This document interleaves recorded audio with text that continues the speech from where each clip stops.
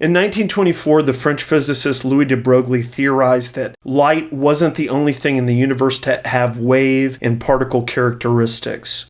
In his PhD dissertation, he theorized that particles of matter have wave properties just like light.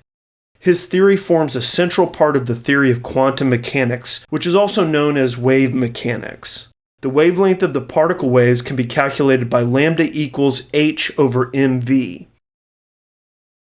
Lambda is the wavelength, h is Planck's constant, and m and v are the mass and velocity of the particle.